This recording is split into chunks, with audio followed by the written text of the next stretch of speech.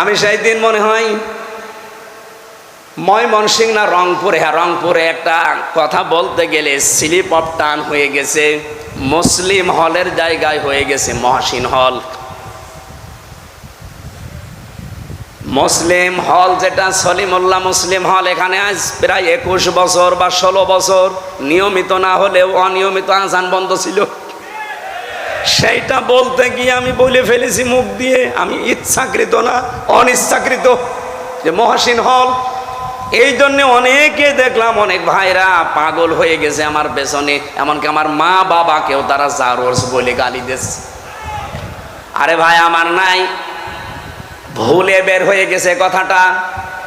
এই জন্য যদি আপনি প্রতিবাদ করতে পারেন যে মানুষগুলো ডাহা সত্যকে মিথ্যা বানিয়ে প্রচার করতে চায়, নবীর আদর্শের মানুষগুলোকে যারা কলঙ্ক দিতে চায়, কত মানুষকে বলতে শুধু ইসলামী ছাত্র শিবির 1971 সালে নাকি তারা যুদ্ধ অপরাধী এই নামে দণ্ডিত, অথচ এ দল তৈরি হয়েছে 1977 সালে। টেলিভিশনে টক শোতে বসে বসে নবীর আদর্শের বিপক্ষে যারা কথা বলছেন, আজ এই কয়েকদিন দেখছি এক মহিলা মানে পাগলা কুত্তায় কামড় দিয়েছে। আবরার ফাহাদ আমার কুষ্টিয়ার সন্তান, তারে হয়েছে কে? এটা প্রমাণিত সত্য, সত্য না? আমার সাথে জেলে ছিল 20 জন আবরার ফাহাদের টাকারি, তারা ওরা নিজেরা বলেছে যে এভাবে পিটিয়েছে। অথচ টক শোতে বসে বসে একজন মহিলা দেখলাম বলছে যে আবরার ফাহাদকে হত্যা করেছে ছাত্র শিবির। এত বড় ডাহা মিথ্যা কথা আপনি বলতে পারলেন? আমি যদি ছাত্রলীগকে যদি ফ্যাসিস্ট বলি, তাহলে সেই ছাত্রলীগ, সেই হেলমেট বাহিনী, সেই হাতুড়ি বাহিনী এখন যারা আসছে এইখানে, এদের বিচার হবে না কেন? ওইখানে মারছে তো এখন দেখা যায় ওরাই বেশি মারছে, ওই পদধারীরাই ওই আবরার খুন করছে, কারণ তাদের কাছে একটা খুন দরকার ছিল। আবরারের মতো 5 ওয়াক্ত নামাজ পড়া একটা ছেলেকে শিবিরের ট্যাগ লাগানো দরকার ছিল। শিবিরের ট্যাগ লাগায় একজন নিরপেক্ষ ছেলেকে মারতে খুব সহজ ছিল। তো এই যে নিজেদের যে এই যে মেটিকুলাস পদ্ধতি না কি পদ্ধতি বলে, এই পদ্ধতিতে মেরে এখন তো দিনের মতো সব বের হয়ে আসতেছে। আল্লাহুম্মা সাল্লি আলা সাইয়্যিদিনা মাওলানা মুহাম্মদ। আলহামদুলিল্লাহ। সুতরাং আজ যারা নবীর আদর্শ মানে না, এর সাথে যে সমস্ত মেয়েরা যুক্ত হয়ে, তার স্ত্রী হোক, মেয়ে হোক, দলের লোক হোক, নেত্রী হোক, যারা নবীর বিরুদ্ধে অবস্থান নিয়েছেন, তার মানে আল্লাহর নবীর আদর্শ যারা মানে, তাদের বিরুদ্ধে অবস্থান নেওয়া আর নবীর বিরুদ্ধে অবস্থান নেওয়া একই কথা।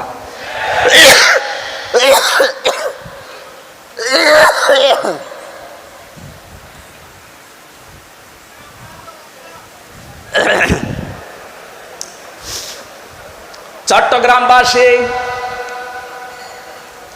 আমি মেন কথাটা বলতে চাই এইভাবে, শুধুমাত্র নবীর জন্ম নিয়ে আনন্দে থাকলে আপনাকে হবে না, তাহলে আবু লাহাব এবং আবু তালেবের মতো আপনি জাহান্নামে যাবেন। আপনাকে নবীর জন্ম নিয়ে, মিলাদ নিয়ে যেমন খুশি থাকার কথা, তার চাইতে বেশি খুশি হওয়ার কথা নবীর জীবন এবং আদর্শ পেয়ে। 40 থেকে 63 এই 23 বছরের জীবন আপনাকে মাস্ট বি মানাই লাগবে। কি কথা বলেন না কেন? কোরআনের আইন মানা যেমন ফরজ, বিশ্ব নবীর আদর্শ মানা ওই রকম ফরজ। বিশেষ করে 40 থেকে 63 এই 23 বছর একদিনও আপনি বাদ দিতে পারবেন না। সিস্টেম অপর পৃষ্ঠায় দেখুন, কিছু লাগবে না ভাই, আর এখানে আসবেনও না। এ কাশি আমার এই জেলখানা থেকে আরম্ভ হয়েছে, আর ভালো হবে না, মনে হয় মরণের পরে ভালো হবে। এই জন্য আপনারা চা, এখন আমার গলার উপর দিয়ে টিরাক চলে গেলেও কিছুই হবে না, এই জন্য চা দিয়ে কিছু হবে না, ঘন্টাখানিক সময় নিচ্ছে। আপনারা এই যে নড়াচড়া করছেন কারা ভাই? এই বসেন বসেন।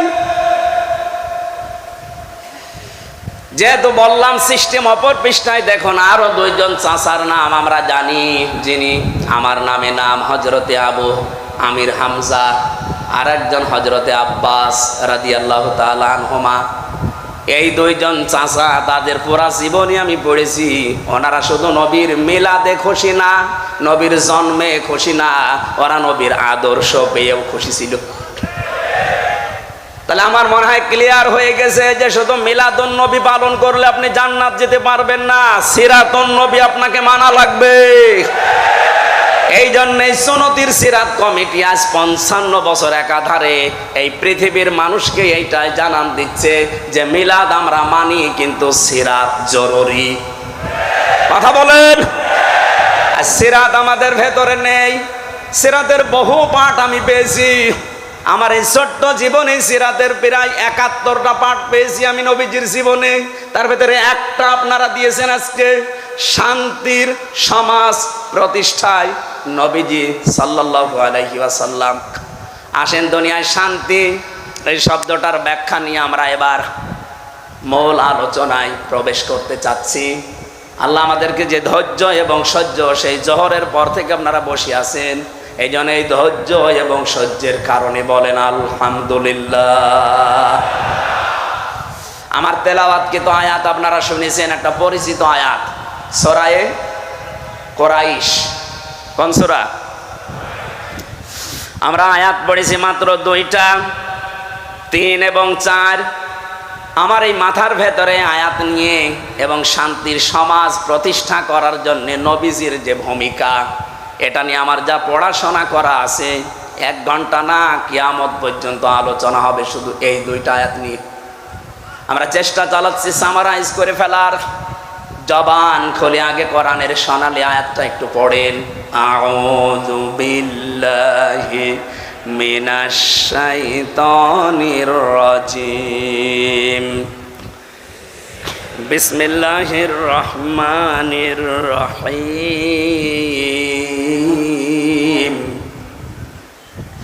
ফালিয়াবুদু রাব্ব হাযাল বাইত।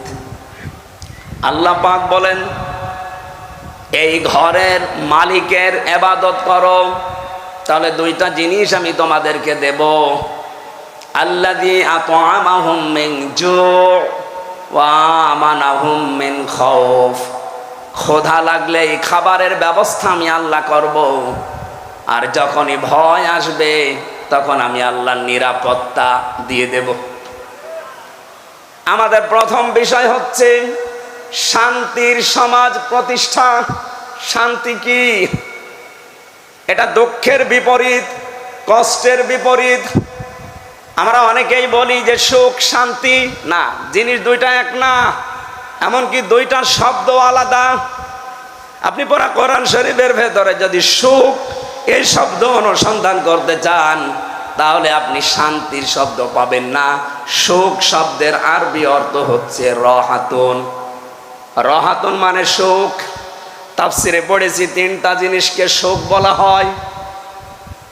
আর সেলমন বা সালমন, এখানে আমি সেলমন শব্দের অর্থ পেয়েছি ইসলাম, আর সালমন যদি জবর দিয়ে পড়া হয় তাহলে বাংলা অর্থ দাঁড়ায় শান্তি, নিরাপত্তা, স্বস্তি। কোরআনে কারিমে এই দলিলটা পাবেন সূরা বাকারার 208 নম্বর আয়াতের প্রথম অংশে, ইয়া আইয়ুহাল্লাযীনা আমানু দুখুলু ফিস সিলমি কাফা।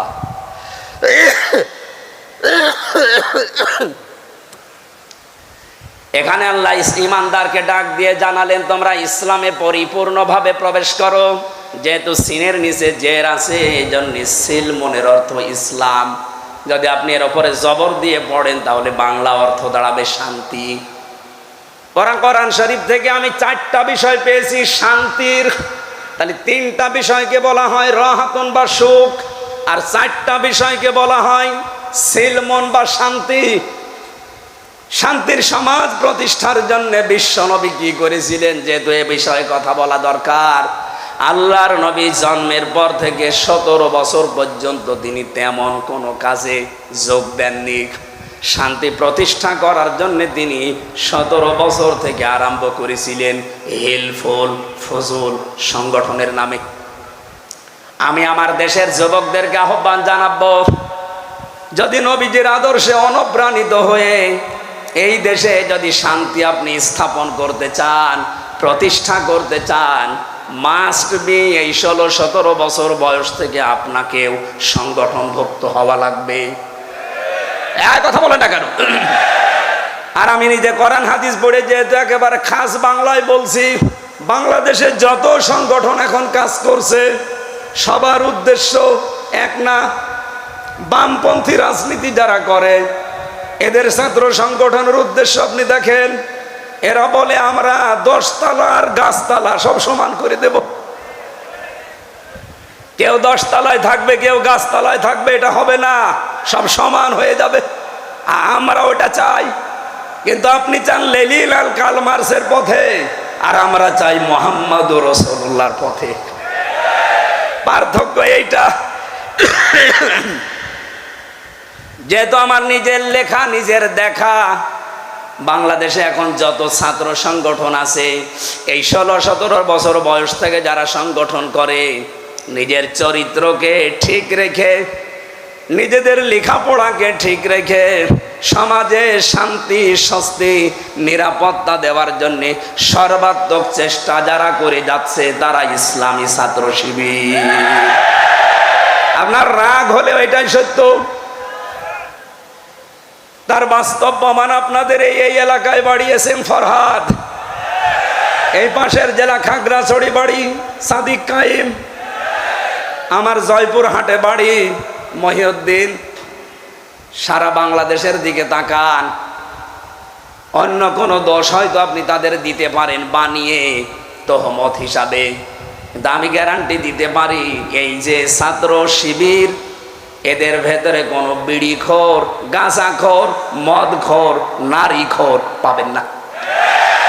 যদি একটা ধরতে পারেন আপনি আমারে বলেন, আমি এখনই তাদের নামে বরদোয়া করব। তো বাকি যেগুলো আছে শুধু বলা না, আমি নিজের চরিত্র তাদের দেখেছি। তারা সত্যকে মিথ্যা, মিথ্যাকে সত্য বানিয়ে উলট পালট করে একজনের নামে খালি দায় চাপিয়ে দাও, দায় চাপিয়ে দাও, এই রাজনীতি করে। এটাকে আমি বানালাম?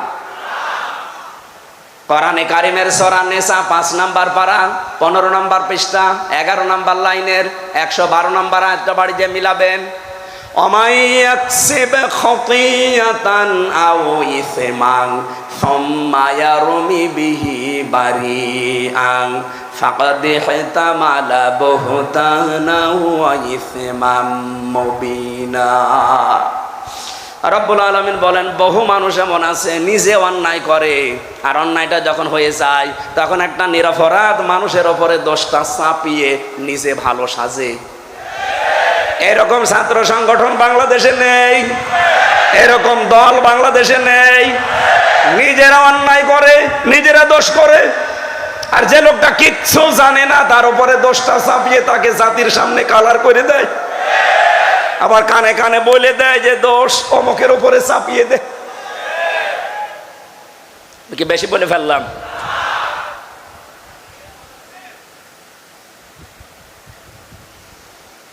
আল্লাহর ঘোষণা ছিল ফাকাদ ইহতামালা বুহতান ওয়া ইসমাম মুবিনা।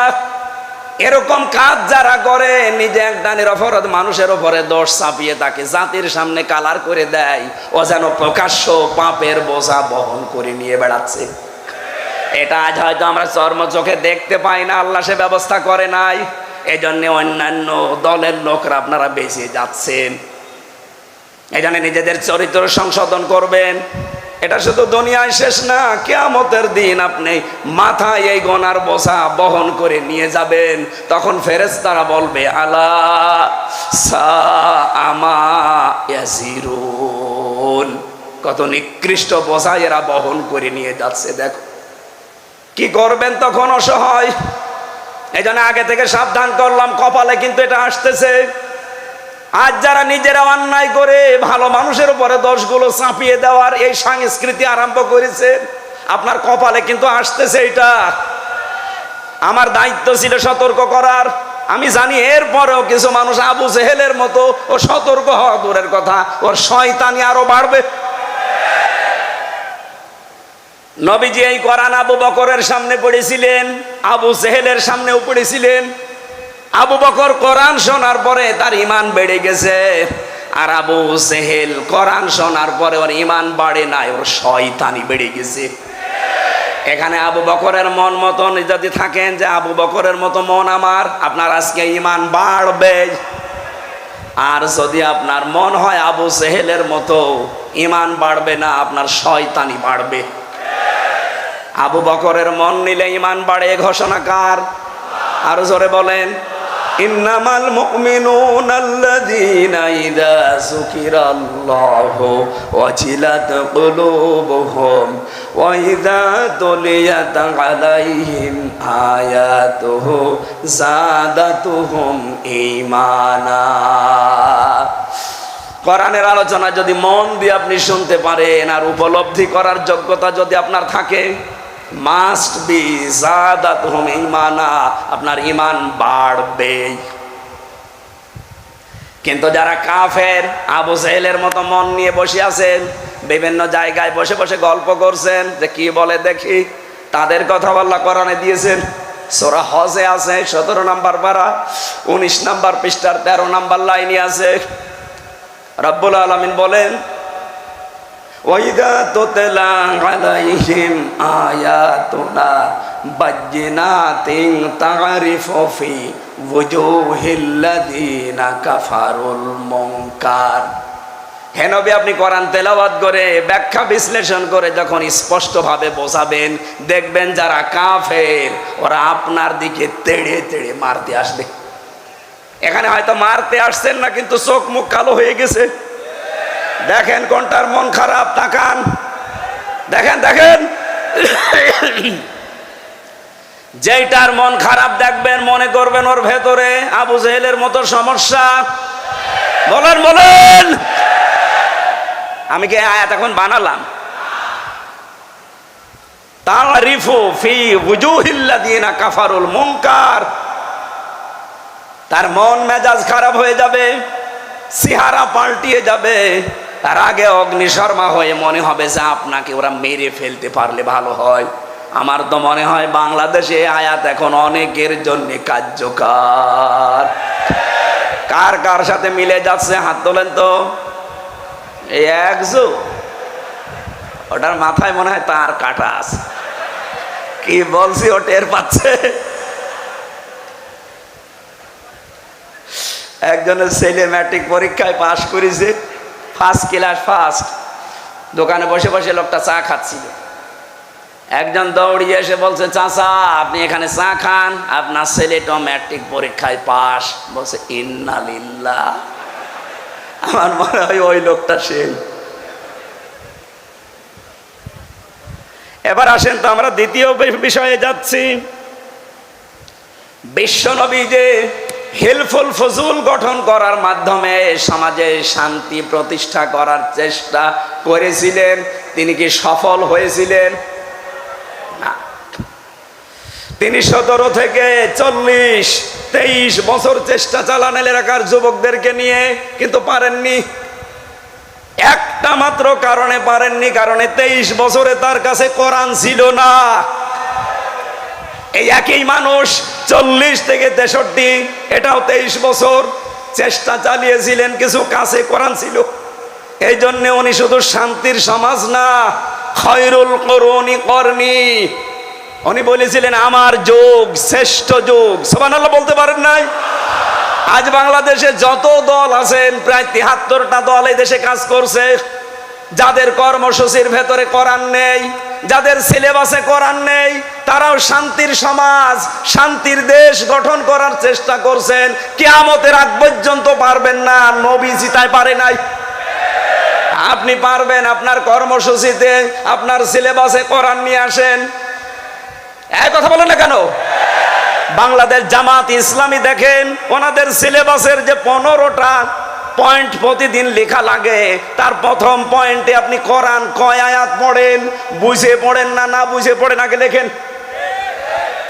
আমার মনে হয় এই সিলেবাস যদি বাংলার এই 73টা দল মেনে নিতে পারে, শুধু 6 মাসে এই দেশের 18 কোটি মানুষ সবগুলো সাদাবাজ মুক্ত হয়ে যাবে।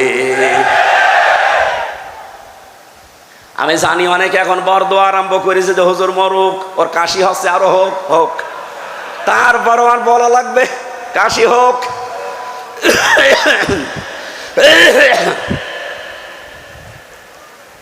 বলেন নবীজি নিজের 17 থেকে 40 63 23 বছর চেষ্টা চালিয়েছিলেন ভালো করার জন্য, শান্তির সমাজ প্রতিষ্ঠার জন্য।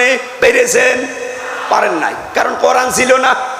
অথচ একই নবী শুধু কোরআন হাতে পেয়েছেন 40 বছরে, বাকি 23 বছর চেষ্টা চালিয়ে যেখানে যেখানে গিয়েছেন পুরা এলাকাটা তিনি জান্নাতের পরিবেশ বানিয়েছিলেন।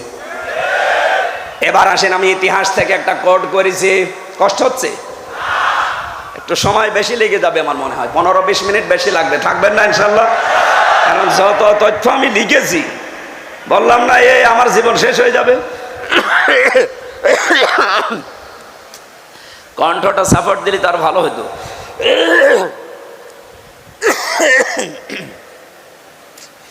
হাসিনার ওপর কি এমনি রাগ হয়?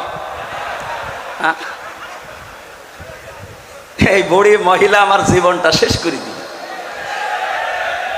3 বছর এই ফাঁসির কন্টেম ছেলে, কোন কারণে আপনি আপনার রাখলেন? আপনার কিছু হয়েছে? আমার তো মাঝখান থেকে ক্ষতি হয়ে গেল, আমার পরিবারটাও নষ্ট হয়ে গেল, আমার এদিকে আমার জীবনটাও শেষ করে দিলেন। যেখানে ডাক্তার দেখায় এখন বলে আপনার রেস্টে থাকা লাগবে, তা আপনারা তো থাকতে দেন না। কোথায় কুষ্টিয়া, কোথায় চট্টগ্রাম, আসতেই লাগে 2 দিন। এত জার্নি করে আজকে ঠান্ডা লেগে গেছে। আমি ইতিহাসে যেটা পড়েছি সেটা এবার 1 মিনিটে শোনাচ্ছি। ওই জামানায় নবীজি শান্তি প্রতিষ্ঠা করতে পারছিলেন না কেন? তিনি বাস্তবে একটু লক্ষ্য করে দেখলেন যে পুরা আরব জাহান ওই সময় 32 জন নেতার নেত্রী মিলে চালায়। ওই জামানায় পুরা আরব জাহানে 36টা গোত্র ছিল। কয়টা? বলেন বলেন, এটা রেকর্ড হচ্ছে, তুলে নেবেন। 36টা গোত্রের 36টা গোত্র প্রধান ছিল। মনে করেন বাংলাদেশের উদাহরণ দিলে বুঝবেন, এমপি আমাদের যেমন 300 এমপি, ওই সময় পুরা আরব জাহানে 36 জন এমপি ছিল। আর বাকি 3 জন জাতীয় নেতা ছিল, আর জাতীয় নেত্রী ছিল 3 জন। জাতীয় নেতা ছিল 3 জন 3টা জাতির। একটা ইহুদিদের, ওদের জাতীয় নেতার নাম হচ্ছে মারহাব। খ্রিস্টানদের জাতীয় নেতা ছিল মুখাইরে, আর মুশরিকদের জাতীয় নেতা ছিল আবু জাহাল। ওই জামানায় পুরা আরব দেশ মিলে 3 জন নেত্রী ছিল, জাতীয় নেত্রী। একজন ছিল আবু লাহাব, আবু জেহেলের স্ত্রী নাকেরা। 2 নম্বরে হিন্দা, আবু সুফিয়ানের স্ত্রী। 3 নম্বরে আবু লাহাবের স্ত্রী উম্মে জামিল। আপনি বলেন, আমার যতটুকু লেখাপড়ায় বাংলাদেশ নিয়ে, আমাদের এই দেশটাও এই 630টা থানা আছে, এই দেশে 64টা জেলা আছে। জাতীয় নেতার ক্ষেত্রে আপনি দেখবেন এখনো প্রায় 3 জনের নাম শোনা যায়। বঙ্গবন্ধু, জিয়াউর রহমান, চাচা এরশাদ। জাতীয় নেত্রীও 3 জন, শেখ হাসিনা, খালেদা জিয়া, রওশন এরশাদ। আমার তো মনে হচ্ছে খাপের খাপ মমতাজের বাপ মিলে যাচ্ছে, অথচ এটা 1500 বছর আগের। বাংলাদেশের সাথে মিলছে কি করি? ওদিকে 36 আর ওদিকে 6, কত হয়? 42। কত হয়? এই টোটাল আরবে 42 জন নেতৃত্ব দিত। আমি একটু হিসাব করে মিলিয়েছি, বাংলাদেশেও ঠিক এই 42 জনই এই দেশটা এই 54 বছর নাড়াচাড়া করছে। তার ভেতরে চট্টগ্রাম একটু বেশি। নবীজি দেখলেন এই মানুষগুলো যতদিন দায়িত্বে আছে, এদের মাথা থেকে আগে খাবারের ঝুড়িগুলো নামিয়ে আবু বকরের মতো মানুষ, ওসমানের মতো মানুষ, ওমরের মতো মানুষ, হযরতে আলী রিদওয়ানুল্লাহি তাআলা আলাইহিম আজমাইন, এদের মাথার উপরে যদি আমি চাপিয়ে দিতে পারি, যারা আজ না খেয়ে থাকে তারা খাবার নিয়ে পারবে না। উনি এইটা বুঝেছিলেন, এই জন্য 40 বছর বয়সে ধ্যান আরম্ভ করেছিলেন। 40 বছর বয়সে ওনার কাছে আমার আল্লাহ ওহী পাঠিয়েছেন, ইকরা বিসমি রাব্বিকাল্লাযী খালাক। হে নবী, আপনি পড়েন আপনার রবের নামে। এদিকে তাকান, এবার একটা গুরুত্বপূর্ণ শিক্ষা আসছে। বিশ্ব নবীকে তিনবার জিবরাইল বলেছেন, হে নবী আপনি পড়েন। উনি তিনবারই বলেছেন, মা নবী করি, আমি পড়তে পারি না, আমি কি পড়বো, পড়তে আমি জানি না। দ্বিতীয়বার যখন বললেন রব্বিকাল্লাযী খালাক, রবের নামে পড়েন। আমি আয়াতের তাফসীর পড়তে গিয়ে ফিসিল আলিল কোরআনে দেখেছি সাইয়েদ কুতুব লিখেছেন নবীজি আর 1 সেকেন্ডও দেরি করে নাই, এবার পড়তে পড়তে তিনি জিবরাইলের সাথে 5 আয়াত পড়েছিলেন। ফেরেশতা জিবরাইল জিজ্ঞাসা করছে, আপনাকে এতবার পড়তে বললাম পড়লেন না, হঠাৎ এবার 5 আয়াত আমার সাথে পড়ে ফেললেন কেন? নবীজি বলেন, ইয়া আখি জিবরাইল, হে জিবরাইল, বারবার আমাকে পড়তে বলেন, আমি কার নামে পড়ব? আপনি যখনই বললেন বিসমি রব্বিকা, যে রবের নামে পড়েন, যিনি আমাকে বানিয়েছে, আমি কিন্তু আর দেরি করি নাই। শুধু আজকে থেকে শিক্ষা দিয়ে গেলাম, কিয়ামত পর্যন্ত আমার যত উম্মত আসবে, ওরা যদি দুনিয়ায় পড়াশোনা করে তারা যেন রবের নামে পড়ে। আমাদের দেশে রবের নামে পড়া ছিল, কিন্তু আস্তে আস্তে তুলে দিয়েছে। এই কথা বলেন না কেন? ক্লাস 5 এবং 8 বৃত্তি পরীক্ষা ছিল, সেখানে 100 মার্কের কোরআন আর হাদিস ছিল, সেটা তুলে দিয়েছে এই জালেমরা। আমরা চাই ওইটা আবার পূর্ণবহাল করা হোক। বলেন বলেন। এমনকি 1 থেকে 5 পর্যন্ত আপনারা গানের মাস্টার নিয়েছেন, নাচের মাস্টার নিয়েছেন, শরীর চর্চার নামে নাচ শেখান। আমরা চাই, আমরা পড়তে চাই ছোটবেলায় ছেলে মেয়েদেরকে, কিন্তু আমরা রবের নামে পড়াতে চাই। এই জন্য প্রাইমারিতে 1 থেকে 5 পর্যন্ত প্রত্যেক জায়গায় একটা ধর্মীয় শিক্ষক নেওয়া লাগবে, এটা আমাদের দাবি।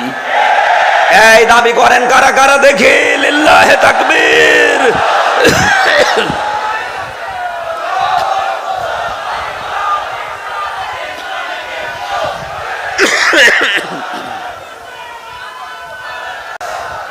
যেহেতু প্রধান উপদেষ্টা আপনাদের এই চট্টগ্রামের সন্তান, 2 জন নবীর নাম তার, ডক্টর মোহাম্মদ ইউনুস। কয় নবী? মোহাম্মদ একটা, ইউনুস একটা। 2 নবীর নাম নিয়ে আপনি বসে আছেন। 92% মুসলমানের মাথার উপরে। আপনি গানের মাস্টার নিতে পারেন, নাচের মাস্টার নিতে পারেন, একটা আলেমকে আপনি কোরআন শিক্ষায় নিতে পারেন না। আমরা এটা দাবি না, এ দাবি আমরা আদায় করেই ছাড়বো ইনশাআল্লাহ। সত্যি করে বলেন, দলমত নির্বিশেষে এ দাবি আদায় না হওয়া পর্যন্ত আমাদের ছুটি নেই। তারা জান লিল্লাহে তাকবীর।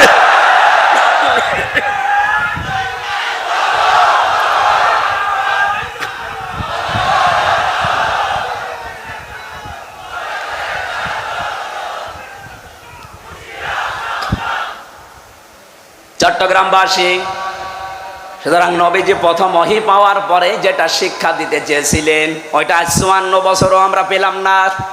এখনো আমাদের শিক্ষা ব্যবস্থা ইকরা বিসমি রব্বিকাল্লাযী খলাক দিয়ে শুরু হয় না, শুরু হয় যা দিয়েও বলার মতো না।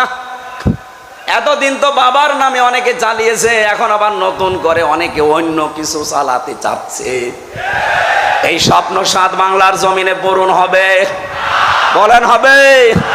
এটা দলমত জাতি বর্ণ ধর্ম নেই, যে ধর্মের মানুষ হোক আপনার ধর্মের মূলনীতি অনুযায়ী পড়াশোনা করেন।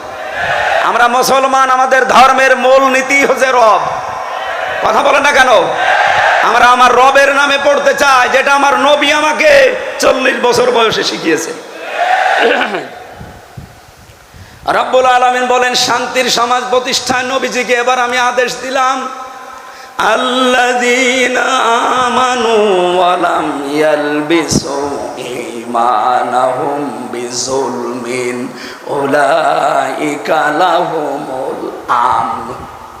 এটা সূরা আনআমে আছে, 7 নম্বর পারা, 17 নম্বর পৃষ্ঠার 1ম নম্বর লাইনের 82 নম্বর আয়াতের প্রথম অংশে। এটা ফি জিলালিল কোরআনে আছে, ইবনে কাসিরে আছে। আল্লাহ বলেন, যারা ঈমান আনে আর ঈমানের সাথে যারা শিরিক মিশ্রণ করে না, এখানে শিরিক মানে, এখানে জুলুম মানে শিরিক, যারা তাদের ঈমানের সাথে কোনো জুলুমকে মিশ্রণ ঘটায় না, তার মানে শিরিক মিশ্রণ করে না, আমি আল্লাহ বলছি উলাইকা লাহুমুল আমন, এই মানুষগুলোই নিরাপত্তা এবং শান্তির হকদার। তাহলে আল্লাহর পক্ষ থেকে যদি শান্তি, স্বস্তি, নিরাপত্তা পেতে চান, এই বাংলাদেশের ঈমান যাদের আছে নির্ভেজাল করা লাগবে, এবং জুলুমের সাথে শিরিকের সাথে ঈমান মিশ্রণ করা যাবে না। অথচ এদেশে বহু ভণ্ড পীরের নামে কলঙ্ক, এরা জাতিকে ঈমানের লেশ মাত্র শিক্ষা না দিয়ে অলরেডি তারা ঈমানের সাথে শিরিক মিশ্রণ করে ফেলেছে। এবার বলেন শিরিক কি? এটা প্রশ্ন। এক কথা, বসো, ওদেরকে বসিয়ে দেন, বসেন। 1-1.5 ঘন্টা যদি বসে থাকতে না পারেন আমার আলোচনার পরে, আপনার বিয়ে দিলে বউ টেকবে? মুরব্বী আছে বলে আমি কিছু বললাম না, বলেন তো। 1-1.5 ঘন্টা বসে থাকতে পারে না, বিয়ে দিলে বউ চলে যাবে না? শেষে চট্টগ্রামের বদনাম হবে। এখানে কত ক্যামেরা দেখতে পাচ্ছেন, সারা দেশে চলছে। কত মানুষ এদিকে মুখ দিয়ে আছে, ছেলে খুঁজতেছে। আপনি যদি এখন ওটাউটি করেন, ও জীবনে চট্টগ্রামের মেয়ে বিয়ে দেবেন, বলবে অন্য জেলায় দেব, আপনারা উঠবেন না ভাই। শান্তি, স্বস্তি, নিরাপত্তা দেওয়ার একচ্ছত্র মালিকানা কার? বলেন বলেন। এটা আল্লাহ যাদেরকে দিতে চেয়েছেন, যারা তার ইবাদত করবে তাদেরকে। ফালিয়াবুদু রব্ব হাযাল বাইত, এই ঘরের মালিক যিনি, রব যিনি, তার ইবাদত করেন। এখন এই ইবাদতটা নিয়ে আমি একটু ব্যাখ্যা দিতে চাই। ইবাদত করার আগে যেটা আনা লাগে তার নাম ঈমান। কি আনা লাগে? এই ঈমান নিয়ে ভেজাল চট্টগ্রাম বিভাগে আছে না? কি ভেজাল? আমি এক কথায় বলছি ভাই, আল্লাহ যেটা পারে ওইটা অন্য কেউ পারে, এই বিশ্বাস যে করে সে শিরিক করে, আর শিরিক যে করে সে মুশরিক। পৃথিবীতে যখনই আল্লাহর দিন কায়েমের কথা বলবেন, কারো কাছে যদি খারাপ নাও লাগে, মুশরিকদের কাছে খারাপ লাগবে। এই তথ্য আছে সূরা শূরা 13 নম্বর আয়াতের শেষের একটু আগে। কাবুরু আলাল মুশরিকিনা মা তাদউহুম ইলাই। হে নবী, আপনি যেদিকে মানুষকে ডাকেন যে আসো দিন কায়েম করি, আল্লাহর বিধান কায়েম করি, এটা শুনলে সবচাইতে বেশি অপছন্দ করে, খারাপ লাগে, মন খারাপ হয় মুশরিকদের। তাহলে আমরা এই জমিনে যখন দিন কায়েমের কথা বলি, মাওলানা আব্দুর রহিম ভাই কিছুক্ষণ আগে যা বলছিলেন যাকাতের এই বিষয় নিয়ে, এটাও দিন কায়েমের অংশ। এটা বললে খারাপ লাগবে কাদের? বলেন বলেন। আপনি কি মুশরিক? আজ অনেক আলেম পর্যন্ত ফতোয়াবাজি করছে এই দিন কায়েমের বিপক্ষে। আপনি কিসের আলেম? আপনি অবশ্যই গোপনে কোন শিরিকে লিপ্ত আছেন। তাছাড়া আপনার কাছে তো খারাপ লাগার কথা না দিন কায়েমের কথা শুনলে, কারণ দিন তো আমির হামজার বাবার না। কথা বলেন না কেন? দিন কার? আরো জোরে। সুতরাং যারা বিরোধিতা করছেন ডাইরেক্ট ইনডাইরেক্ট, আপনি বুঝতে কোনো কষ্ট নেই আপনার, আপনি বিশ্বাস করেন আপনার যে কোনো ভাবে শিরিক হচ্ছে। আমি নাম ধরে বলা পছন্দ করি না, তারপরও বলছি। এই যে মাওলানা জাহাঙ্গীর আলম বলে যে পীর আছে এলাকায়, উনি কলম পড়তে যায় কবরে, যে বাবা কলম পড়ি দিন। এটা যে প্রকাশ্য শিরিক পাগলেও বোঝে, আরে দরবারে জাহাঙ্গীরিয়া হয়ে বোঝে না। এরপরে নোরে আলম নাকি নোরে বাংলা আছে একজন, এ কোথায় পায় চট্টগ্রামের মানুষ এদেরকে? বলেন, এই যে প্রকাশ্য শিরিক গুলো যারা জারি করে, শিরিক করলে মানুষ কি হয় বলেন না কেন? আরো জোরে বলেন। মুশরিকদের কাছে দিন কায়েমের কথা শুনলে খারাপ লাগবে, এ কথা কার? সুতরাং এই চট্টগ্রাম বিভাগে আল্লাহর বিধান কায়েম হোক, এটা শুনলে যাদের কাছে রাজনীতি মনে হয়, যাদের কাছে ধর্ম ব্যবসা মনে হয়, যাদের কাছে ধান্দাবাজি মনে হয়, নিশ্চয় তারা মুশরিক। অবশ্যই কোনো না কোনো ভাবে শিরিক করছে। শিরিক করলে আল্লাহর শান্তি থেকে আপনি দূরে চলে যাবেন। উলাইকা ইসমে ইশারা, আল্লাহ মনে হচ্ছে এভাবে আঙ্গুল দিয়ে দেখাচ্ছে, উলাইকা, এই চট্টগ্রাম চুনতির এই মানুষগুলো, লাহুমুল আমনু, এরাই নিরাপত্তার শান্তির হকদার, কারণ এরা ঈমান এনেছে, ঈমানের সাথে কোনো জুলুম কোনো শিরিক মিশ্রণ করেনি। এবার এখন বাস্তব উদাহরণ দিচ্ছি, মক্কা দিকে তাকান, অমান দাখলাহু কানা আমিনা, এটা 97 নাম্বার আয়াতের মাঝের অংশে আছে, 4 নাম্বার পারা 1 নাম্বার পৃষ্ঠা 6 নাম্বার লাইনে, এটা সূরা আলে ইমরান। আল্লাহ বলেন, আমার এই এরিয়ার ভেতরে যারা প্রবেশ করে আমি আল্লাহ তাদেরকে নিরাপত্তা দিয়ে দেই। আমার প্রশ্ন হচ্ছে, কাবা শরীফের যে এরিয়া, এটা তো আর আমাদের এই যে এখানে যে মসজিদগুলো আছে এতটুকু না, কাবার এরিয়া কয়েক কিলোমিটার। এর ভেতরে যারাই প্রবেশ করে তাদের শান্তি নিরাপত্তা স্বস্তি দেয় কে? আওয়ালাম ইয়ারাউ আন্না জাআলনা হারামান আমিনা ইলা আখির আয়া। আল্লাহ পাক বলেন, তারা কি দেখে না আমার হারামের ভেতরে কি শান্তি নিরাপত্তার বেষ্টন দিয়ে ঘেরা? আয়ুখাত্তাফুন নাসু মিন হাওলিহিম, অথচ এর আশপাশে কিন্তু নিরাপত্তা নেই। এবার তাকান, আমাদের এই বাংলাদেশের 56,000 বর্গ মাইল, এটা কি কাবা শরীফ? না, জোরে বলেন। তাহলে এই 56,000 বর্গ মাইলকে কাবা শরীফের এরিয়ার মতো যদি শান্তি নিরাপত্তার শহর বানাতে হয়, কাবা শরীফের এরিয়ার ভেতরে যা চলে এখানেও সেটা করা লাগবে। কাবার পুরা এরিয়ার ভেতরে একটা জিনিস নেই, সেটা হচ্ছে শিরিক।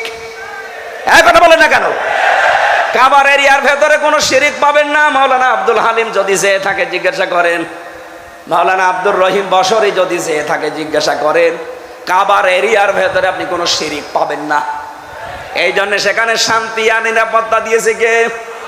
আমাদের এই বাংলাদেশ। শুধু আমাদের এই দেশটা না, পাশে দেখেন যারা আছে, মায়ানমার, ইন্ডিয়া, এগুলো সব আমাদের দুশ্মন। আসতে বলো। পৃথিবীর যত দেশ আমি ঘুরলাম, এত নিকৃষ্ট প্রতিবেশী পৃথিবীতে কোনো দেশে নেই। এরা এত নিকৃষ্ট প্রতিবেশী, কত হাজার লক্ষ লক্ষ মানুষকে নিজের দেশে জায়গা থাকার পরও আমাদের দেশে পাঠিয়ে দিয়েছে। এই মায়ানমারে আমাদের চাইতে 3-4 ডবল বড় এই দেশটা। এতটুকু দেশ, মাত্র 56,000 বর্গ মাইল, এখানে 20 কোটির উপরে আমরা মানুষ, অথচ আমাদের চাইতে 3-4 ডবল বড় দেশটা, মানুষ আমাদের চাইতে কম। এর পরেও শয়তানরা ওখান থেকে জোর করে পিটিয়ে বিভিন্ন কায়দায় আমাদের এই দেশে ওদেরকে পাঠিয়েছে। আর এর পাশে যারা আছে আল্লাহর ওলিরা, এরা তো সেই শুরু করেছে 47 থেকে আমাদের বিরুদ্ধে, এখনো পর্যন্ত আমাদের বিরুদ্ধে লেগে আছে। এত বছর দোষ দেওয়া হয় বাংলাদেশ জামাত ইসলামীকে, এরা নাকি স্বাধীনতা বিরোধী। না, কখনো না। আজকে আপনি মাহমুদুর রহমান মান্না, সাবেক ভিপি ঢাকা বিশ্ববিদ্যালয়ের, উনি ঘোষণা দিয়েছে, দেখেন আজকে, যে জামাত ইসলাম যেটা 54 বছর আগে বুঝেছে, এই দেশের মানুষ এখন সেটা কেবল বুঝতে আরম্ভ করছে। কারণ জামাত ইসলামীতে যারা রাজনীতি করে সবগুলো বিচক্ষণ, এটা মেধা না, এটা কম্পিউটার। ওই সময় বাংলাদেশ জামাত ইসলামীতে যারা ছিল তারা স্বাধীনতার বিরুদ্ধে অবস্থান নেয়নি, তারা ভারতের আগ্রাসনের বিরুদ্ধে অবস্থান নিয়েছে, যেটা আজ জাতি হাড়ে হাড়ে টের পাচ্ছে।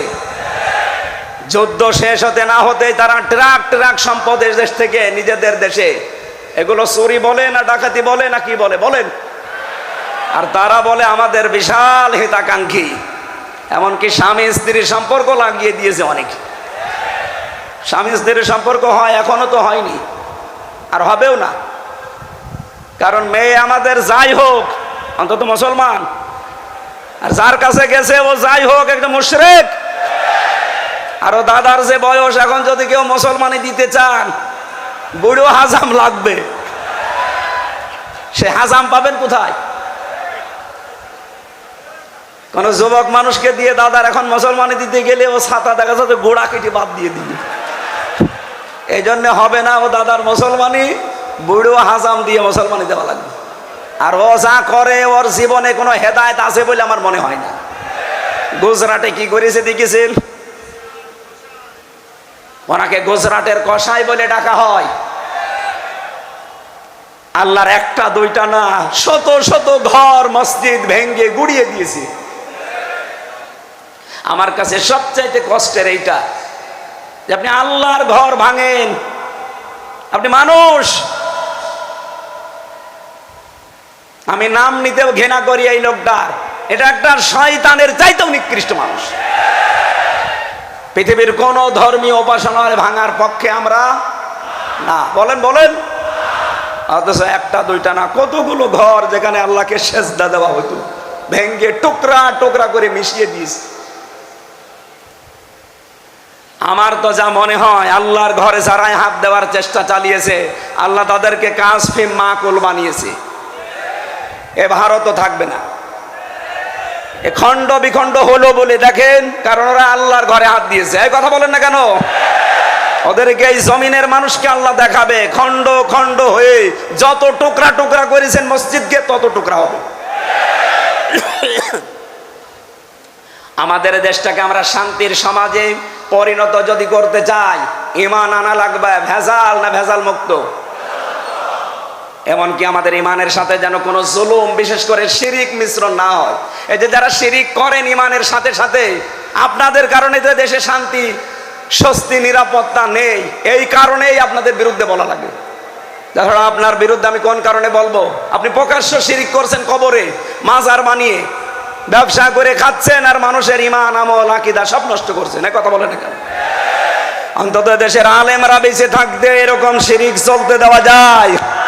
এই চট্টগ্রাম চাষ করেছিল মরহুম পীর মাওলানা আব্দুল জব্বার রহমতুল্লাহ আলাইহি, সিদ্দিক আজাদ রহমতুল্লাহ আলাইহি, শহীদ আল্লামা দেলাওয়ার হোসাইন সাইদি রহমতুল্লাহ আলাইহি। কথা বলেন না কেন? এই চট্টগ্রামবাসী তাদের কাছে ঋণী। আল্লাহ গোলামগুলোকে যেন জান্নাতুল ফেরদাউসের সর্বোচ্চ মাকাম দান করেন, বলেন আমিন। আমার কথা ভাই কাটসাট, যেটা বলতে চাচ্ছি, ঈমান আমরা যাই এনেছি, আমাদের ঈমানের সাথে যেন কোনো শিরিক মিশ্রণ না হয়। বেঁচে থাকা লাগবে। কাবা শরীফে যেমন নিরাপত্তা দিয়ে আল্লাহ ঢেকে রেখেছেন, শুধু শিরিক নেই। এই কারণে আমাদের দেশটা এবার আমরা ওইভাবে সাজাতে চাই, দেশটাতে যেন শান্তি, নিরাপত্তা, স্বস্তিতে চলাফেরা করা যায়। যাবে না ইনশাআল্লাহ? আমি কয়েকটা উদাহরণ এখানে পেয়েছি। রব্বুল আলামিন জানিয়েছেন ইব্রাহিম আলাইহিস সালামকে আমি আল্লাহ সুপথ দেখিয়েছিলাম এবং তার সম্পর্কে আমি ভালো করে জানতাম। কণ্ঠটা তো মারাত্মক ঝামেলা করে ফেলবো দেখছি। গরম পানি দেন তো ভাই, দেখি কোনো গরম পানি থাকলে দেন তো। এত ডিস্টার্ব হলে তো কথা বলা ঝামেলা।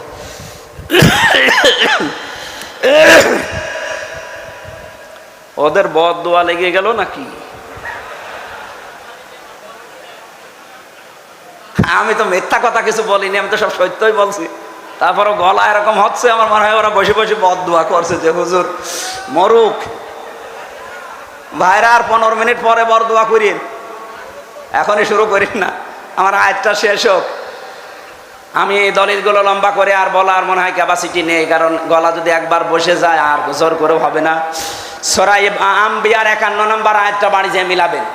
ওয়ালাকাদ আতাইনা ইব্রাহিম রুশদাহু মিন ক্বাবলু ওয়া কুননা বিহি আলিমিন। এতে ব্যাখ্যা দেখবেন। এরপরে দাউদ নমল সূরার 15 নম্বর আয়াতে আছে ওয়ালাকাদ আতাইনা দাউদ ওয়া সুলাইমানা ইলমা। এই আয়াতের পরবর্তীতে 15-16 নম্বর আয়াতের ব্যাখ্যাটা দেখবেন। 3 নম্বরে সূরা ইউসুফ 56 নম্বর আয়াত দেখবেন। 13 নম্বর পারা 1ম নম্বর পৃষ্ঠায় আছে ওয়ালাকাদ মাক্কান্নাহুম ফিল আরদ। এরপরে সূরা সুআদ 26 নম্বর আয়াত ইয়া দাউদ ইন্না জাআলনাকা খলিফাতান ফিল আরদ। জমিনে শান্তির সমাজ যদি কায়েম করতে চান, রাষ্ট্র ক্ষমতা মাস্ট বি লাগবেই। এই জন্য নবীজি হিজরত করার সময় 3টা দোয়া করেছিলেন যে আল্লাহ তুমি আমাকে নিরাপদে বের করে দাও, আর যেখানে পৌঁছাবা নিরাপদে পৌঁছিয়ে দাও, আর এমন একটা রাষ্ট্র ক্ষমতা আমাকে দান করো যার ভেতরে তোমার সাহায্য থাকে। আমরাও সারা বাংলাদেশে এখন এইটাই চাচ্ছি। এবার রাষ্ট্র ক্ষমতা আল্লাহ তুমি আমাদেরকে দাও, আমি এই দেশে শান্তির সমাজ কায়েম করে দেখাবো ইনশাআল্লাহ।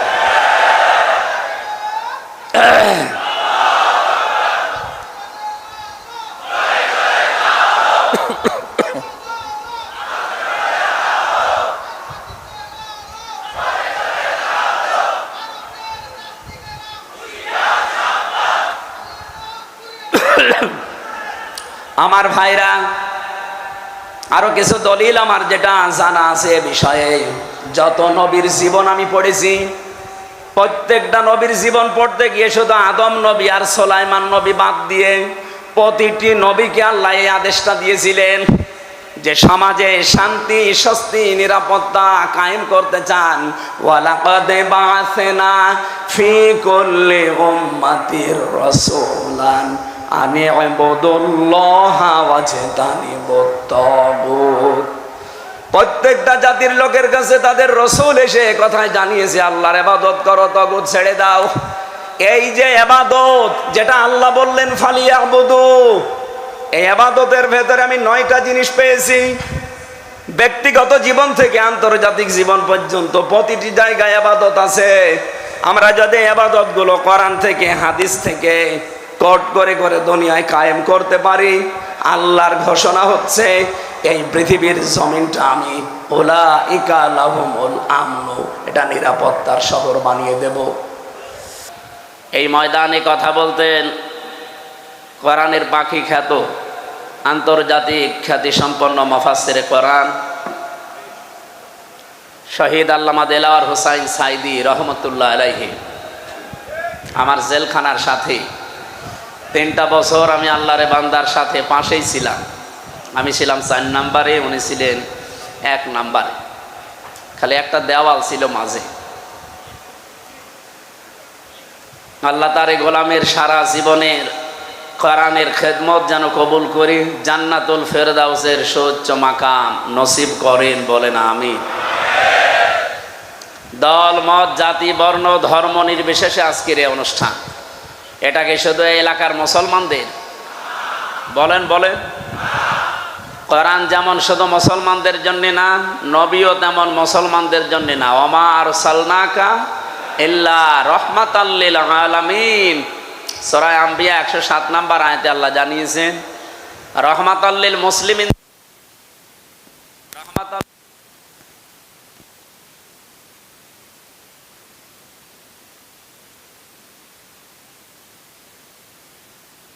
না দিয়ে আল্লাহ আলামিন দিয়েছেন। যত জগৎ আল্লাহ বানিয়েছেন, এ সমস্ত জগতে যত সৃষ্টি আল্লাহর আছে, সবার জন্য বিশ্ব নবীও ঠিক এরকম রহমত। আমরা কোরআনে কারিমের ভেতরে পেয়েছি পৃথিবীতে আল্লাহর যত দয়া, সবচাইতে বড় দয়া হচ্ছে এই কোরআন নাজিল করা, এবং যার উপরে নাজিল হয়েছে তিনি মুহাম্মাদুর রাসূলুল্লাহ। রব্বুল আলামিন বলেন কুল বিফাদলিল্লাহি ওয়া বিরহমাতিহি ফাবিযালিকা ফালইফরাহু হুয়া খায়রুম মিম্মা ইয়াজমাউন। বলেন আল্লাহু আকবার। সূরা ইউনূসের 58 নম্বর আয়াতে আছে, নবী আপনি বলুন তামাম পৃথিবী যা পেয়ে আনন্দে আছে, যা গেইন করে, যা অ্যাচিভ করে, যা অর্জন করে, যা কিছু নিয়ে রাজি হয়ে গেছে, খুশি হয়ে গেছে, আনন্দ পেয়েছে, আপনি বলেন তামাম পৃথিবীর মানুষের জন্য সব চাইতে খুশির বিষয়। এখানে 2টা তাফসীর হয়, 1 নম্বরে কোরআন, 2 নম্বরে মুহাম্মাদুর রাসূলুল্লাহ। ফাবিযালিকা ফালইফরাহু, সুতরাং কোরআনে কারিম এবং নবীজিকে যারা পেয়েছে তারা যেন আনন্দ করে। চট্টগ্রামের এই চৌনতি ময়দানে 1 দিন, 2 দিন, 3 দিন না, এই বাংলাদেশের ইতিহাস 55 বছর 19 দিন একাধারে চলছে। নবীজিকে জানা, বোঝা এবং তার জীবনী মানার জন্যই এরকম আয়োজন। এই চৌনতি সিরাত কমিটি আয়োজন করে থাকে আজ 55 বছর, নাকি অন্য কোনো উদ্দেশ্য আছে?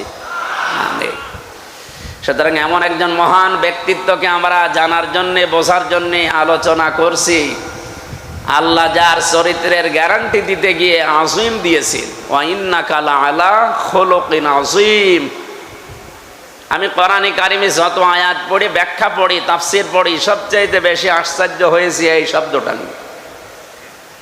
আল্লাহ শুধু 2 জায়গায় আযীমটা লাগিয়েছেন। 1 নম্বরে কোরআনের ক্ষেত্রে, ওয়ালাকাদ আতাইনাকা সাবআম মিনাল মাসানি ওয়াল কুরআনাল আযীম। সূরা হিজরের ভেতরে আছে, কোরআনের ক্ষেত্রে আল্লাহ আযীম লাগিয়েছেন, আর রাসূলের চরিত্র বর্ণনা করতে গিয়ে আল্লাহ দিয়েছেন আযীম। এটা যেহেতু রেকর্ড হচ্ছে, তামাম দুনিয়া চলছে এখন লাইভে, তামাম পৃথিবীর মানুষকে আমি সামনে নিয়ে বলছি, আমরা যাকে আদর্শ মেনে চলি তার সবচাইতে বড় গুণ 63 বছরে একটা মিথ্যা কথা নেই। সুবহানাল্লাহ বাড়ি যেয়ে বলবেন। আপনি কি টের পাচ্ছেন আমি কি বললাম? আমরা যাদেরকে আদর্শ মেনে চলি, এ 63 বছর না, 63 ঘন্টায় 63 মিথ্যা কথা বলে। অথচ এমন একজনকে আমরা আজ মেনে চলতে পারছি, আমরা গর্বিত, আমরা আনন্দিত যে 63 বছরের জীবনে তিনি কোনোদিন একটা মিথ্যা কথা বলেননি। জোরে বলেন আল্লাহু আকবার। হ্যাঁ, আল্লাহ তার নিজের নাম ব্যবহার করেছেন কোরআনে। হযরতে ইসমাঈল নবীর ক্ষেত্রে আল্লাহ দিয়েছেন ফাবাশশারনাহু বিগুলামিন হালিম। আপনাকে আমি একটা ধৈর্যশীল সহনশীল সন্তানের সুসংবাদ দিচ্ছি। এই যে হালিম, আমার আল্লাহর নাম। আজকের সভাপতি উনি হালিম না, উনি আব্দুল হালিম। ওনাকে যদি শুধু কেউ হালিম বলে ডাকেন আপনার গোনা হবে, কারণ হালিমকে আরো জোরে বলেন, উনি কি? আব্দুল হালিম। উনি হালিমের দাস, হালিমের গোলাম, হালিমের বান্দা। হালিম শুধু একজন, অথচ ওই নামটা আল্লাহ ইসমাঈল নবীর চরিত্রের ক্ষেত্রে দিয়েছেন যে এমন ধৈর্যশীল সহনশীল একটা সন্তান আপনাকে আমি উপহার দিলাম, হে ইব্রাহিম। ওনাকে আর একটা সন্তানের সুসংবাদ দিয়েছিলেন, তার নামও আল্লাহ তার নিজের নাম লাগিয়ে দিয়েছেন। রব্বুল আলামিন বলেন ফাবাশশারনাহু বিগুলামিন আলীম। আপনাকে আমি সুসংবাদ দিচ্ছি একজন জ্ঞানী বান্দার। এই যে আলিম এবং হালিম, এই দুইটা শব্দ আল্লাহ নবীদের চরিত্রে দিলেন, একটা ইসহাক, একটা ইসমাইল আলাইহিস সালাতু ওয়াস সালাম। কিন্তু মুহাম্মদুর রাসূলুল্লাহর ক্ষেত্রে আল্লাহ হালিম আর আলিম দেননি। এমন গভীর শব্দ দিয়েছেন, কিয়ামত পর্যন্ত মানুষ নবীর চরিত্র শুধু অনুসরণ অনুকরণ করবে, কোল কিনারা পাবে না। নবীদের চরিত্র যদি অনুসরণ করেন, আল্লাহ যেহেতু খুলুকিনা আলী আযীম দিয়েছেন, মহান চরিত্রের উপরে আপনি প্রতিষ্ঠিত অধিষ্ঠিত, যে কোরআন আপনার উপরে নাজিল করলাম এইটার ক্ষেত্রেও আমি আল্লাহ কিন্তু আযীম লাগিয়েছি। ওয়ালাকাদ আতাইনাকা সাবআম মিনাল মাসানি ওয়াল কুরআনাল আযীম। আপনাকে আমি 7 আয়াত বিশিষ্ট একটা সূরা দিয়েছি, কোরআন দিয়েছি, সেটা সূরা ফাতিহা। বারবার যেটা রিভাইজ দেওয়া লাগে, রিপিট করা লাগে, বারংবার পড়া লাগে।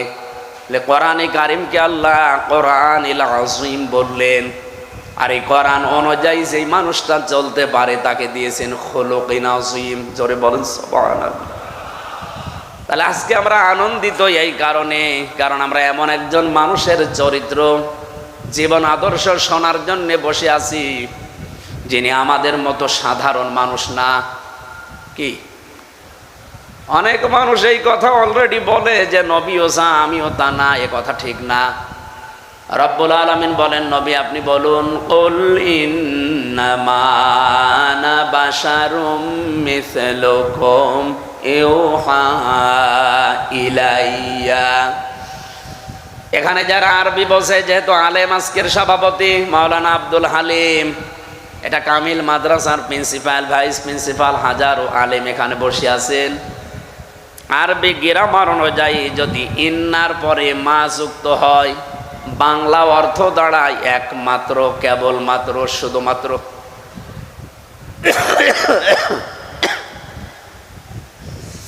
রব্বুল আলামিন এখানে জানাতে চেয়েছেন, নবী আপনি বলুন, আমি তোমাদের মতো মানুষ, কিন্তু আমার ওপরে ওহী আসে, তোমাদের ওপরে আসে না, এটা একটা পার্থক্য। তাহলে আমাদের মতো নবী হয় কি করে? আমরা তো ওহী পেলাম না। পেয়েছি আমরা ওহী? বলেন বলেন। সুতরাং তিনি ওহী পেয়েছেন, এই ওহী অনুযায়ী তার জীবনটা তিনি সাজিয়েছেন।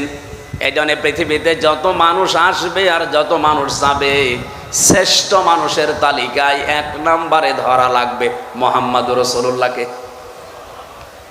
বঙ্গবন্ধু শেখ মুজিবুর রহমানকে অনেকেই বলে যে উনি 1000 বছরের শ্রেষ্ঠ বাঙালি।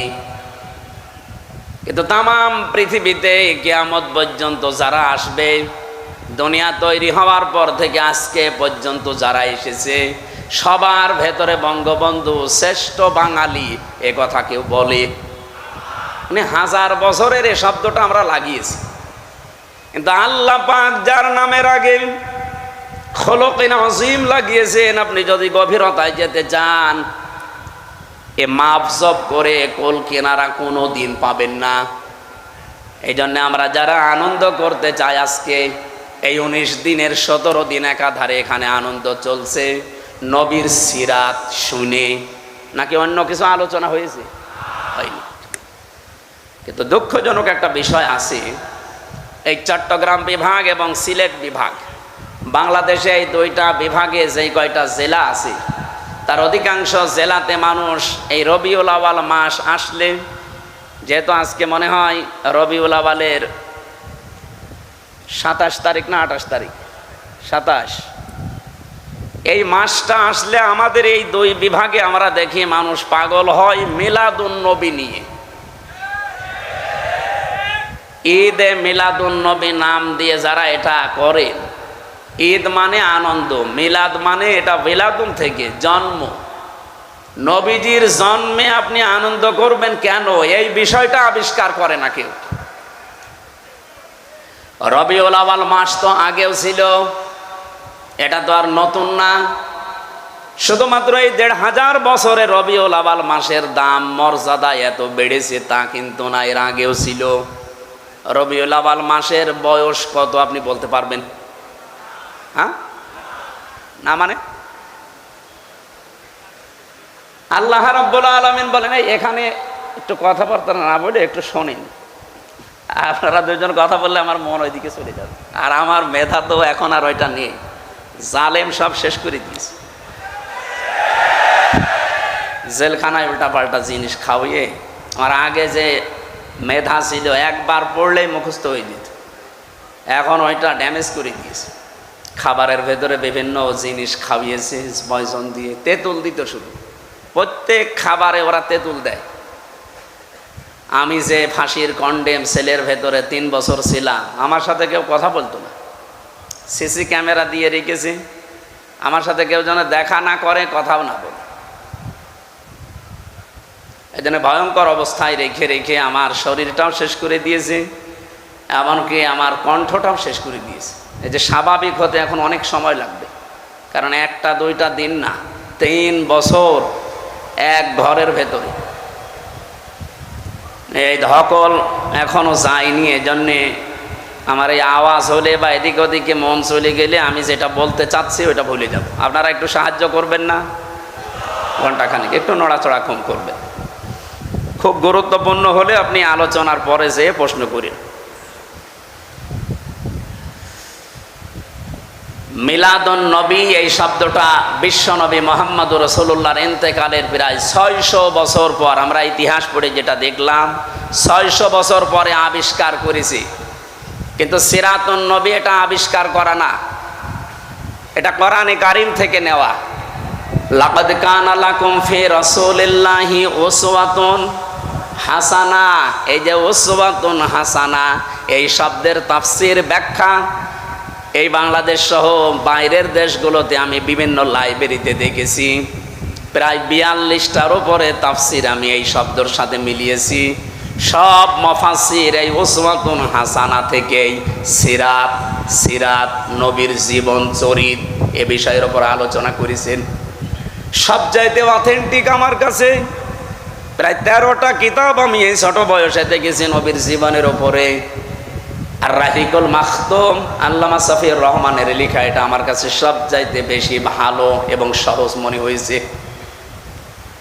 কোরআনে কারিম থেকে এই নামটা নেওয়া, খিতামুহু মিস্ক ওয়াফি যালিকা ফালিয়াতানাফাসিল মুতানাফিসুন। জান্নাতের এই যে কস্তুরী, যেটা এখান থেকে মানুষকে আল্লাহ খাবার খাওয়াবেন পানি জাতীয়, এটা পাওয়ার জন্য আল্লাহ প্রতিযোগিতা আরম্ভ করে বলেছেন প্রতিযোগীদের। এর আগে যে রাহিক মাখতুম এই শব্দ থেকে আল্লামা সফিউর রহমান রহমতুল্লাহ আলাইহি উনি নবীজির চরিত্রকে এমন ভাবে ফুটিয়েছেন। এখানে চারটা বিষয় আমার কাছে সবচাইতে বেশি আকর্ষণীয় মনে হয়। যারা শুধু নবীর মিলাদ নিয়ে, জন্ম নিয়ে আনন্দ করতে চান, আমিও মিলাদ পড়ি এবং পড়াই, কিন্তু মিলাদ থেকে 27টা শিক্ষা আমি এই বই থেকে পেয়েছি, যেটা বাংলাদেশ, ভারত আর পাকিস্তানে নেওয়া হয় না। আমি একটা শুধু আপনাদের শিক্ষার জন্য বলছি। বলেন তো মিলাদ মানে কি? বললাম জন্ম। বলেন বলেন। নবীজি জন্ম নিয়েছিলেন এই যে মাসে, এ রবিউল আউয়াল মাস কি এই 1500 বছরের আগে ছিল না? বলেন বলেন। ছিল। কতদিন আগ থেকে আসতেছে? ইন্না ইদ্দাতাশ শুহুরি ইনদাল্লাহি 12 শাহরান ফি কিতাবিল্লাহ ইয়াওমা খালাকাস সামাওয়াতি ওয়াল আরদা মিনহা আরবাআতুন হুরুম ইলা আখিরি আয়াত।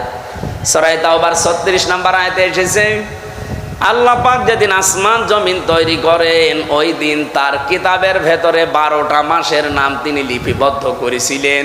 তার ভেতরে এই রবিউল আউয়াল ছিল। তাহলে রবিউল আউয়ালের বয়স কিন্তু 1500 বছর না। কত বছর আপনি হিসাব করেন? যেদিন দুনিয়া আল্লাহ বানিয়েছে, ওই দিন তার কিতাব এটা লিপিবদ্ধ করা। জোরে বলেন আল্লাহু আকবার। কিন্তু এই যে মর্যাদা আমরা দিচ্ছি, এর দাম এত দেয়, এটা আসলে অনেকে আবেগ আপ্লুত হয়ে পড়ে। এমনকি কালকে পরশোদিনে যে আলোচনা হবে নবীজির সিরাতের ওপরে, মিলাদের ওপরে হবে। আমরা আশা করব যারা এই 2 দিন আসবে তারা যেন এই 27টা ব্যাখ্যা রাহিকুল মাখতুম থেকে আপনাদেরকে পড়া শোনায়। যেহেতু আমার আলোচনা ওইটা না, আমার একটা আলোচনার বিষয় আপনারা দিয়েছেন, আমি ওইদিকে যাব। বিশ্বনবী এই মাসে জন্ম নিয়ে প্রথম যে কাজটা করেছিলেন, মায়ের কোলে বসে। আমরা হাদিস থেকে পড়ছি 3 জন মহিলার দুধ তিনি দুনিয়ায় পান করেছিলেন। প্রথম নাম্বারে তার নিজের মা হযরতে আমিনা, 2 নম্বরে উম্মে আইমান নামে এক দাসী, 3 নম্বরে হযরতে হালিমাতুস সাদিয়া রাদিয়াল্লাহু তাআলা আনহা। রাহিকুল মাখতুমের বর্ণনা আল্লামা সফিউর রহমান রহমতুল্লাহ আলাইহি লিখেছেন, হযরতে হালিমা বলেন, আমি যখন মুহাম্মদকে কোলে তুলে নিলাম, ডান স্তন তাকে আমি পান করতে দিলাম, সে ঠিক মতো পান করেছে। বাম স্তন যখনই তাকে দিয়েছি, সে মুখ বের করে নিয়েছে। হযরত হালিমা বলেন, আমি আবার জোর করে মুখ লাগালাম, দেখি আবার মুখ বের করে নিয়েছে। আবার মুখ লাগালাম, দেখি আবার মুখ বের করে নিয়েছে। 3 বারের বার আমি আর চেষ্টা করলাম না যে বারবার মুখ বের করে কেন। চোখের দিকে তাকিয়ে দেখি, চোখের ইশারা দিয়ে যেন আমাকে জানাতে চাই, মা হালিমা। জোর করেন কেন? আপনি আমার সাথে জোর করছেন কেন? ডান স্তন এটা আমি তো পান করেছি, এটা আমার হক অধিকার ছিল। বাম স্তন এটা আমার অধিকার না, এটা আমার দুধ ভাই আব্দুল্লাহর অধিকার। আমি পৃথিবীতে ভাইয়ের হক নষ্ট করার জন্য আসি নাই, এসেছি ভাইয়ের হক ফিরিয়ে দেওয়ার জন্য। জনতিবাসী যেই নবী এই রবিউল আউয়ালে জন্ম নিয়ে মায়ের কোলে বসে ভাইয়ের হক নষ্ট করে না, আরো ফিরিয়ে দেয়, সেই নবীর উম্মত আমরা দেখেন যত বড় হচ্ছে তত ভাইয়ের হক মারার জম হচ্ছে। বলেন, এখানে ভাই মানে শুধু আপন ভাই, দুধ ভাই না। আল মুসলিম আখুল মুসলিম, মুসলমান মুসলমানের ভাই। কথা বলেন না কেন? বলেন তো বাংলাদেশে যারা চাঁদাবাজি করেন, যার কাছে করেন, ওকে আপনার মুসলমান ভাই না? ভাইয়ের সম্পদ কোন ভাই চাঁদাবাজি করতে পারে? তাহলে করছে কারা? আপনি কিসের মুসলমান দাবি করেন? কিসের রবিউল আউয়ালে মিলাদ পড়েন? আমার কুষ্টিয়াতে এই রবিউল আউয়ালের 12 তারিখে আমাকে ডাক দিয়ে বলছে, হুজুর মিলাদ পড়ে দিন, নবীজির জন্মের মাস। আমি গোপন সূত্রে কথাটা বলছি। ওনারে জিজ্ঞাসা করেছে একজন যে আপনি এত টাকা পেলেন কোথায়? এতগুলো গরু জবাই করেছেন, এত খেচড়ি জিলাপি বিরানি কোথায় পেয়েছেন? মিলাদ দিচ্ছেন নবীজির জন্মের, এত আবেগ আপনার। ও নাকি বলেছে যে এটা চাঁদার টাকা। চাঁদার টাকা দিয়ে রবিউল আউয়ালে মিলাদ দিচ্ছে। চট্টগ্রামে তো এসব নেই। এই কথা বলছেন? শুধু চট্টগ্রাম না, শুধু কুষ্টিয়া না, সারা দেশে এভাবে চলছে। এমনকি রবিউল আউয়াল এসেও এটা থেমে নেই, এ মাসে আরো বেশি চলছে। ওরা আবার মিলাদ পড়াবে রবিউল আউয়াল আসলে না। মিলাদ পড়লে আপনি এই শিক্ষাটা প্রথমে নেওয়া লাগবে। এরকম 27টা পেয়েছি একটা একটা করে। আমার যেহেতু মিলাদ নিয়ে আলোচনা না, আমার সিরাত নিয়ে আলোচনা। এই পৃথিবীতে যদি কেউ শুধুমাত্র মিলাদ মানে কিন্তু নবীজির সিরাতকে না মানে, ওই লোকটা জাহান্নামে যাবে, তার বাস্তব প্রমাণ আবু লাহাব, আবু তালেব। নবীজির এই দুইজন চাচা নবীর জন্মে খুশি ছিল। আপনি আবু তালেবের জীবনী পড়েন, আবু লাহাবের জীবনী পড়েন, তাফসিরে পেয়েছি এই দুইজনের জীবনী। তারা এত বেশি খুশি হয়েছিল নবীর জন্মে, আল্লাহর নবীর যেদিন জন্ম হয় এই 2 আঙ্গুল দিয়ে দাসী পর্যন্ত আজাদ করে দিয়েছে। কিন্তু যখনই নবীজির জীবনী তাদেরকে মানতে বলা হয়, আল্লাহর নবীর আদর্শের ওপরে আসতে বলা হয়, তখন তারা বিভিন্ন কথাবার্তা তুলে মানতে চায়নি। আবু তালেবের কথা জানেনও, কিন্তু বলেছিল যে ভাতিজা তোমাকে ভালোবাসি, কিন্তু মানতে পারলাম না। বুখারী শরীফে এসেছে, ইয়া আম্মি আবি তালিব কুল লা ইলাহা ইল্লাল্লাহ হাজ্জুল লাকা ইনদাল্লাহি ইয়াউমাল কিয়ামাহ। চাচা জোরে বলা লাগবে না, আমার কানের কাছে মুখ নিয়ে শুধু আস্তে করে বলেন লা ইলাহা ইল্লাল্লাহ। এমনকি মুহাম্মাদুর রাসূলুল্লাহ ঘোষণা আপনার দেওয়ার দরকার নেই। আমি যে মুহাম্মদ এটা আমি তো জানি, আমি মেনে নিলাম, কিন্তু আল্লাহর একাত্মবাদের স্বীকৃতি আপনাকে দেওয়া লাগবে। আপনার জোরে দিলে যদি সমস্যা হয়, একটু আস্তে আস্তে বলেন। কিয়ামতের দিন আমি আল্লাহর সামনে ঝগড়া করে আপনাকে জান্নাতে নিয়ে যাব। না, লোকটা পড়ে না। পাশে যারা দাঁড়িয়েছিল তারা বুঝ দিয়েছে, আবু জেহেল আর আবু সুফিয়ান, যে নেতা পড়বা, সারা জীবন বাপদাদার ধর্ম মানলে, এখন এই ভাতিজার নতুন ধর্ম গ্রহণ করে কলঙ্কিত হবা। মানুষ তোমারে ভীরু বলবে, কাপুরুষ বলবে। ও বলছে, ভাতিজা মোহাম্মদ তোমাকে আমি ভালোবাসি, কিন্তু তোমার এই কালেমা আমি পড়তে পারলাম না, তুমি আমারে মাফ করে দিও। ঠিক এইভাবেই পড়েছি তার জীবনে আমি, তুমি আমাকে মাফ করে দিও। বলেন তো, মাফ করার মালিক নবীজি না আল্লাহ? বলেন বলেন। ওমাই ইয়াগফিরুদ যুনুবা ইল্লাল্লাহ, আল্লাহ বাদে মাফ করতে কেউ, আরো জোরে বলেন, পারে না। সঙ্গে সঙ্গে নবীজির মন খারাপ হয়ে গেল। ফেরেশতা জিবরাইল সূরা কসসের 56 নম্বর আয়াতটা নিয়ে হাজির হয়ে গেলেন। ইন্নাকা লা তাহদি মান আহবাবতা ওয়ালাকিন্নাল্লাহা ইয়াহদি মান ইয়াশা। হে নবী, আপনি মন খারাপ করেন কেন? হেদায়েত তো আপনার হাতে আমি দেইনি যে যাকে ভালোবাসেন তাকে দিয়ে দেবেন, বরং আমি আল্লাহ হেদায়েত আমার হাতে রেখেছি।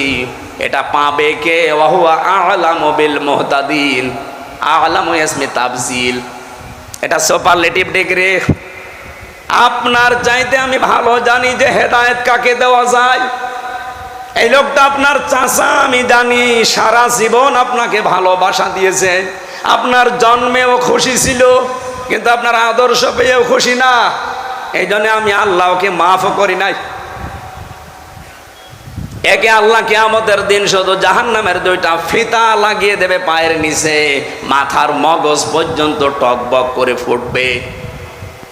তাহলে নবীর জন্মে খুশি, কিন্তু তার সিরাত পেয়ে আদর্শ পেয়ে খুশি না। গেছে কোথায়? আরো জোরে বলেন। আর একজন চাচা আবু লাহাব, ও খুশি ছিল জন্মে। আমার মনে হয় আসরের পরে আপনি আবু লাহাবের জীবনী আজকে শুনেছেন, এই জন্য আমি ওদিকে গেলাম না। ও বলেছিল তাব্বা লাকা লিহাযা জামাতানা, মোহাম্মদ তুমি আর কাজ পাওনি এই কথা বলার জন্য আমাদেরকে একত্রিত করলে। পাথর তুলে নবীজির দিকে নিক্ষেপ করেছিল। বলেন নাউজুবিল্লাহ। যে লোকটা নবীর জন্মে খুশি, মিলাদে খুশি, কিন্তু নবীর আদর্শ পেয়ে নারাজ, তাদেরকে আল্লাহ দিয়েছেন কোথায়? এটার কি দলিল দেওয়া লাগবে?